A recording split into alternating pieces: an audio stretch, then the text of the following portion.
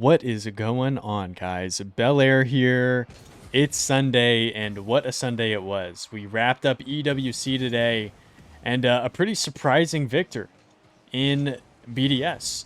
They overcame Falcons, the home team fellas, and it was a great grand final. Pretty low scoring affair, really back and forth, played really tight, with some excellent storylines along the way, and a back and forth series. Um, I don't even know where to start with this one, whether I should start with Falcons once again not being able to overcome the final hurdle, or if this is kind of a BDS congratulations. And I think that's actually where I'm going to start. I mean, BDS are definitely peaking at the right time.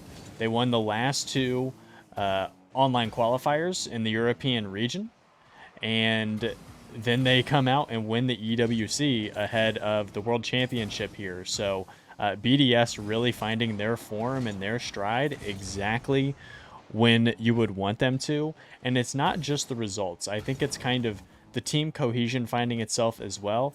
But the other thing is kind of the pieces coming together here. I mean, Drali is the newcomer. This is not his rookie season, but it's his first time up at the big spotlight here. If I recall correctly, Drali had not made a main event prior to coming online with BDS here. Maybe he had made a main event or two, but I don't believe he had won a series. So, this is for many purposes Drali's rookie season. And you kind of have to overcome some of the demons, some of the situations early in your career. And this win on stage against a home team, if you will, everybody was booing BDS as they came onto the stage for this grand finals as they're taking on Falcons, the hometown heroes in Saudi Arabia for this event. To be in that situation and come out with a win is huge for your confidence. This is further vindication for Monkey Moon, as well as one of, if not the greatest player of all time. That is definitely a larger conversation for another time. But if you just look at the resume for Monkey Moon, especially in this modern era of the RLCS, I think it's pretty hard to argue against Monkey Moon as the greatest of this time, and just what he's been able to do with different BDS rosters. If he wins this world championship, I think it's not even like a first take discussion. Like, is there someone who's greater? I don't think you can really argue it. And Monkey Moon did exactly what you needed from him in this competition. 4 for 12, a really, really efficient 33% shooting percentage. He had an assist, 15 saves, which led the entire series, shutting down everything Falcons were trying to do against them. As ExoTiik is going to go crossbar and out there. That's a pretty good transition into who has been, kind of honestly the biggest question mark for me. I know that Drali doesn't have the same breadth of experience, but ExoTiik and what he kind of means to this team and where he fits within the wider context of the RLCS has confounded me for a little bit. Of course, he found success back in the Semper days, where he was, kind of an unknown commodity, and then getting the call up to Carmine Corps. They, of course, had a pretty great season. They won a major when it was him, Vatira, and Itachi last season. But, where he fell within that wider, French upper echelon, as it were, I think he's probably, 5th, 6th, 7th best on that list. He's an incredible striker. But he has, this kind of ability is not the right word, but penchant for disappearing for, games or for, wide parts of a series where you almost kind of forget he's out there is not what you want from somebody at this top level. But man, when he is going, he is going. He took an overwhelming 24 shots in this series and hit this shot here, which honestly, I think was the biggest of the entire series. Let's actually rewind this and look at it, and then we'll explain the context. 30 seconds left in a stalemate 0-0 game. Going to take this one off of Rawas, put Kaliers in a tough spot, and then that angle is just absolutely ridiculous. Let's watch this from TRK's point of view. I just almost don't even have words for this. Gets the beat, pass one, TRK is like, okay, oh my goodness. Didn't even think it was possible. And this is in a game 4 where Falcons are up 2-1.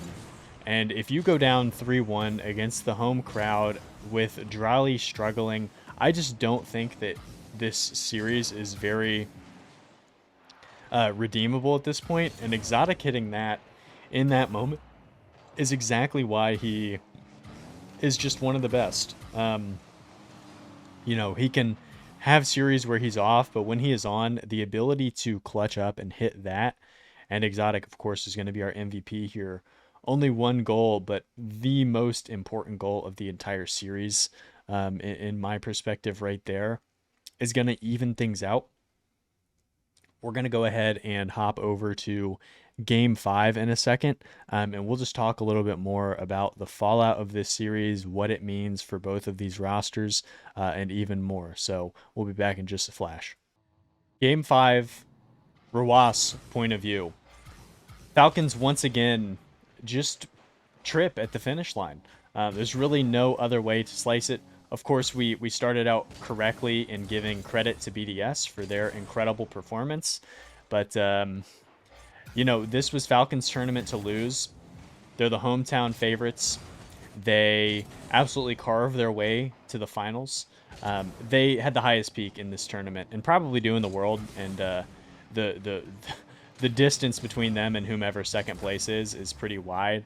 Falcons can just hit this point where they are so fast and they're rotating so tightly and challenging with such force and precision that they can be really suffocating. Their stranglehold that they can put on teams is absolutely unbelievable, and they can just get rolling at this pace. You know, it's kind of an open secret that MENA, they typically play on a higher ping when they're on European servers for ranked. And when your ping is so much higher, this is something that Johnny Boy has talked about extensively. But when you're at a higher ping, you just kind of have to go faster. You can't kind of wait and see how the challenge is going to go, because you can just get faked and dusted by the opposition. So that is definitely a piece of the equation. But also the region just overall plays at a blistering speed. You know, Nalpo is incredibly fast. And it's just kind of their style. It's something that South America had a while back as well, although they have kind of, you know, found themselves as a more consistent and overall region. But I've talked a couple of times over the course of the season about me feeling very confident that Falcons could win it all, and if that were to happen, I think Rawas could be considered the best player in the world and could be, you know, a world championship tournament MVP, and he just did not perform here. Drali had a bad series.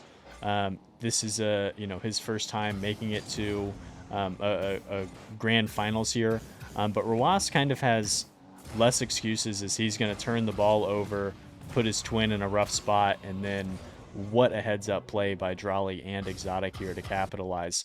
This is one that Achieves had looked back at on the desk. Let's look at it here. So a ton of time and space is about to be conceded over to Falcons. Kaliers with this back pass. Ross has a ton of time. Cuts this infield. Drali is just going to take it right off of him. Heads-up play to get ahead of the ball, take out Kaliers, and then ExoTiik is going to put that one away. And those are just the kind of things that we did not see from Falcons over the course of this tournament beforehand. Like I said, so fast, so speedy, so deadly. And here they kind of are just doubting themselves. Even there, Rawas unable to convert on a pretty routine play. You know, those aren't easy to hit, but for somebody at this caliber, that should be kind of a routine ball to turn in. And you know, it's just Falcons being unable to keep up the same level, the same clip that they had before. It's not as though they can't do it. We saw them absolutely rout BDS in Game 2, 6-1 victory, and they put up 5 straight, so it was 5-0. So that game was very over very quickly. And while we're on the topic here, game one, Drolly was not very involved, and he only had 126 game score. He looked nervous. Body language doctor here, checking in for my my routine, my shift here. Head in his hands in between games. He looked sick or nervous. I don't really know which. When they called a tactical timeout, I think between games 2 and 3, he actually left the stage. Maybe he just had to pee really bad. Maybe it's like actually he was fine. He just like really had to go. But he did not look comfortable this entire time. Only a goal to his name over the course of this series, even though he did have some really heads-up plays like that, steal and then the demo and assist that we just saw for BDS to equalize there. But Rawas, on the other hand, only a goal to his name and just did not have the same venom that we kind of expect for him. Was not super impactful on the defensive end, was not overly impactful as a scorer either. And, it's kind of, you hope that it's another one where it's like, hey, we made a grand finals and this is just ugly. Especially given the time here. Rawas is going to try and float this down to Kalir's into the middle, but Kalir's cheats up way too far, and it's just a layup in transition for BDS in a huge moment. You just don't see the Falcons typically finding themselves in situations like that. And, it might be one of those things where it's like, hey, look, another grand finals, we are right there. But I think there's also something to be said for, if you get up to the final boss so many times in a row, you might actually start to doubt yourself. And, if you're an optimist, you'll say, look, Falcons have made another grand finals at a LAN event. They are still the favorite, if not one of the very few top favorites to win the whole thing. But the pessimist might say, if you continue to trip at this point, what's to keep you from getting back to another grand finals and then, getting into your own head as soon as things go sideways? And I don't really know the answer to that and how Falcons are going to respond. I feel very strongly about TRK and his performance. But the Twins still are yet to actually win. And, there's nothing stopping them from ripping the Band-Aid off at a world championship. But, that's a big stage with a lot of competition. And even here, I don't really know how open this was for Kalir's. Let's watch it back. But he actually has a gimme here to even things up at the death, as this one's going to get popped middle. He has no boost. Yeah, he really doesn't have the ability to get fully under that. But it was technically open. Who was on this challenge? And then we'll hop over to game 6 here. Is this Drolly, who really kind of puts him in a rough spot to talk further about Drolly and kind of his struggles? He technically gives up an open one here for kind of no reason. I guess it was just kind of a fake there, but probably not the time and place for that one. As ExoTiik, once again, picking it up when you need him to most. This was a massive series for ExoTiik. I cannot understate that, or overstate that rather, enough. So a stinker from Rawas here, a turnover in a big spot that led to an easy goal the other way, and just kind of unable to be impactful. So let's hop over to Neo Tokyo and talk a little bit further about kind of the tentacles that will come out of this series. Game 6, Neo Tokyo. We are rocking with Monkey Moon. If you couldn't tell by the decal here, how tough is this? This is a clean, old-fashioned decal. I really like this one. I've used it on Bacchus mod a couple of times. It feels speedy. Monkey Moon, I don't want to get into the GOAT conversation because that's probably a full video in and of itself. And to have a conversation like that, I would like to take a little more time to think about it and not be a prisoner of the moment. But what I will say is this. Monkey Moon has made 2 straight World Championship finals. He won the first one. I saw it in Fort Worth, Texas. And that's where this World Championship's going to be again. He made the finals, of course, but lost to Vitality last year when Vitality were on an absolute burner. And he made that series really competitive. And it almost seemed like Monkey Moon drew the short end of the stick this season, where he didn't get any of the tip-top French players. Of course, Vatira handpicked Rise, who's not French, but greater European powers, and Atau didn't get Itachi, who is another excellent player. Seiko, it already kind of run that through. But, Oski goes a different direction. It almost seemed like Monkey Moon, it was like, oh, okay, I guess we'll take ExoTiik. And I incorrectly looked at picking up Drali as, like, kind of a desperation thing, where they were like, I guess we'll give this a shot.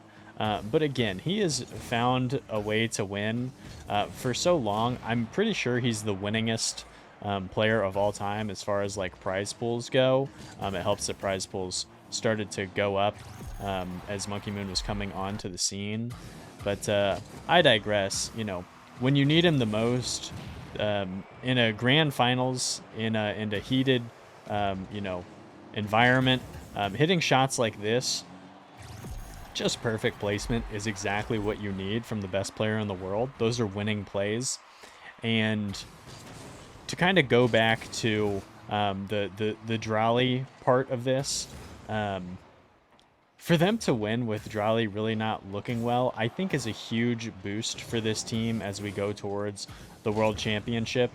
It's an environment that Monkey Moon is comfortable with. He's won there before, and I think it's incredibly important.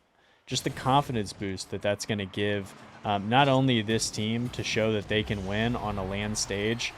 They made playoffs both times this season at the majors in Copenhagen and London, but they were unable to get a victory. They were out in the quarterfinals of both. So this isn't an official, RLCS tournament, as it were. It's not a major, but for all intents and purposes, it kind of acts as one. And the other end of that is like what happened to Gentlemates, not even making the playoffs and losing 2 straight to Chiefs. There's no way that that's beneficial as we head towards the World Championship.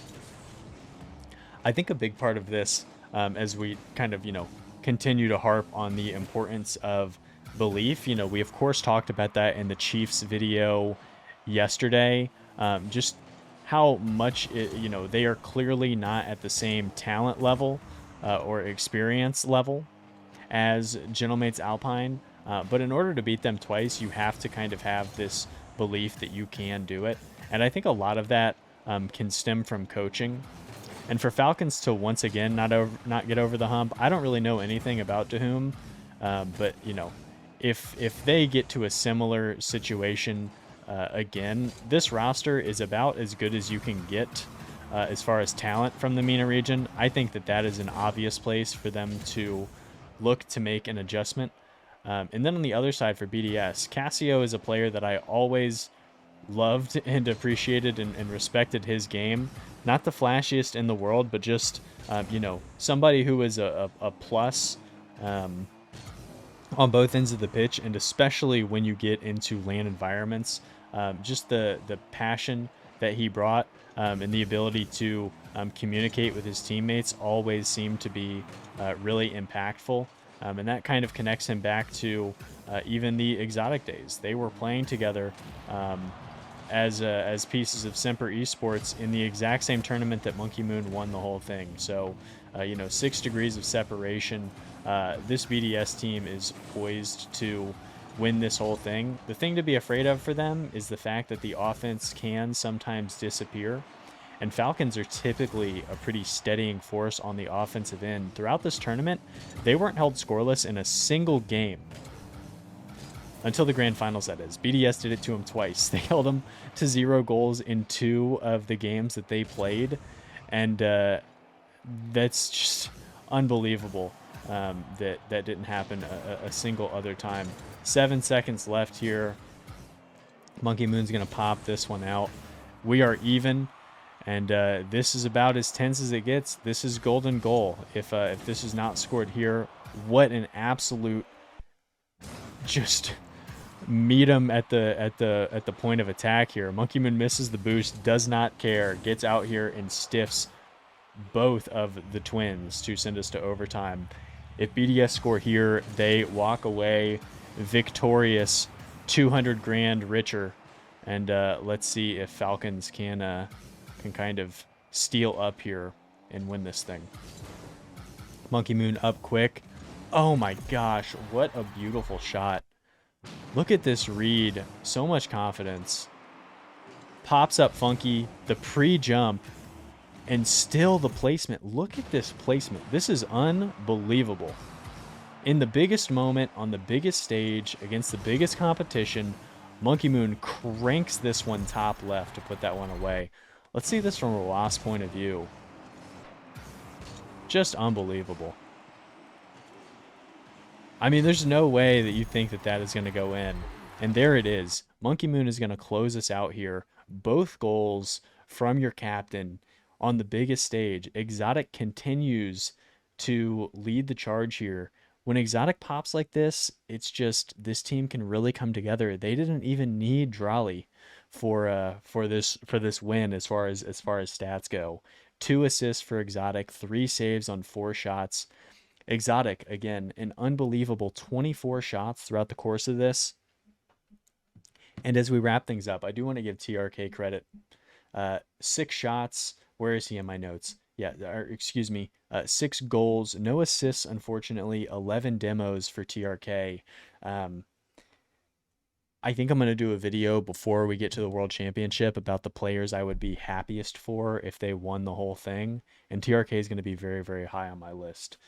Has really put Mina on the map in the same way that, the same way that KDOP has been absolutely massive for the French community and their success in the RLCS. TRK has meant so much to the MENA region and to Saudi Arabia, and it would be super cool to finally see him be able to get a win. But another grand finals to add here. Falcons got to go back to the drawing board. I don't really think it's anything tactical. I think they just got to get out of their own way. And again, all the credit in the world for BDS, to BDS rather, for showing up when it really matters and putting this one away. An absolutely huge momentum boost as we head towards the World Championship. What did you guys make of this? Was this a BDS win or was this a Falcons loss? We're going to have some more content pumping out here about the EWC, and especially as we head into Worlds. Guys, thank you so much for taking time out of your day to check out the content. I hope you absolutely loved this tournament as much as I did. And until next time, guys, take it easy.